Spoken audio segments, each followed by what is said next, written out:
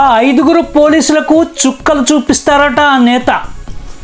ఆ 5 ఎక్కడున్నా వెతికి తెచ్చి మరీ వారి భర్తం పడతారట.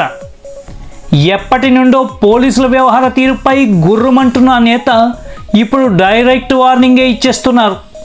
కారణం ఇటీవల బయటపడ్డ ఆ ఆడియోనేనట. ఆ ఆడియోలో తనపై కుట్ర జరిగిందని సుస్పష్టంగా ఉందట. ఆ ఆడియో ద్వారా కోర్టును సైతం ఆశ్రయించి తన కుట్రకు కారకులైన వారిని విడిచిపెట్టేదే లేదంటూ సంచలన వ్యాఖ్యలు చేశారు తెదేపా రాష్ట్ర అధ్యక్షుడు అచ్చెన్నాయుడు. మరి బయటపడ్డ ఆడియోలో సంభాషించే ఆ వ్యక్తి పేరు ప్రస్తావించకుండా రాజకీయ చదరంగంలో పావులైన వారికి వార్నింగ్ ఇవ్వడంలో అర్థం పరమార్థం ఏమిటంటున్నారు పొలిటికల్ క్రిటిక్స్. అధికారం ఉన్నా లేకపోయినా నాకు ఎన్నో ఇబ్బందులు పెట్టారు, నాకు ఎన్నో కేసులు పెట్టారు, నాకు జైల్లో కూడా పెట్టారు. అచ్చెన్నాయుడికి జైల్లో పెడితే భయపడిపోతాడు, తెలుగుదేశం పార్టీని వదిలేస్తాడు. తెలుగుదేశం పార్టీని వదిలిస్తే మనకు అడ్డు లేదని అనుకున్నారు. అచ్చెన్నాయుడు భయపడే వ్యక్తి కాదు అని చెప్పి మీ అందరికీ తెలియజేస్తున్నా. మొన్నే మీరు చూశారు, లోకల్ బాడీ ఎలక్షన్స్ లో ఒక వీడియో రిలీజ్ అయిన ఆడియో దారుణాతి దారుణంగా వ్యవహరించారు.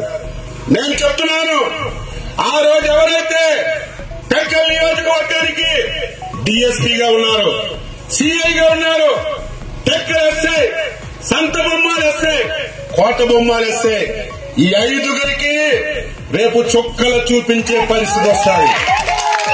అధికారంలోకి వస్తాం, ఆ ఒక్క వీడియో చాలు పోలీసులు ఎంత దారుణంగా వ్యవహరించారు, ఎన్ని తప్పుడు కేసులు పెట్టారు, ఎంతమంది మీద రౌడీ సీట్ ఓపెన్ చేశారు. ఆ ఒక్క ఆడియో చాలు, ఆ ఆడియోని భద్రపరిచాం, హైకోర్టులో వేస్తున్నాం, కేసు పెడతాం. ఆ రోజు టెక్కల డిఎస్పీగా ఉన్నటువంటి డిఎస్పీ, టెక్కల సిఐ, టెక్కల ఎస్ఐ, సంత బొమ్మాలి ఎస్ఐ గోవిందరావు భూతద్దంతో ఎదికి తెస్తాను, తెచ్చి భారతం పట్టిస్తాను. ఎంత దారుణంగా వ్యవహరించారు పోలీసులు. ఆ రోజు నేను మంత్రిగా ఉన్నాను, పవర్ఫుల్ మంత్రిగా ఉన్నాను. పోలీసులకి ఎవరి మీద కేసు పెట్టమన్నానా? ఎవరికైనా సరే ఇబ్బంది పెట్టానా? ఎవరి మీదైనా దౌర్జన్యాలు చేయమని చెప్పానా? న్యాయానికి ధర్మానికి కట్టబడి పనిచేశాను.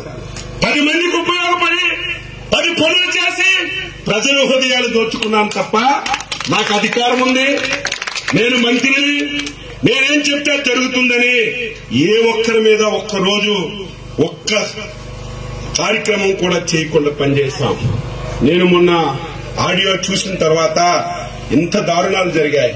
రాజకీయం అంటే ఏదో మనకే నేర్పే పరిస్థితి వచ్చిందని ఈ సందర్భంగా తెలియజేస్తాను.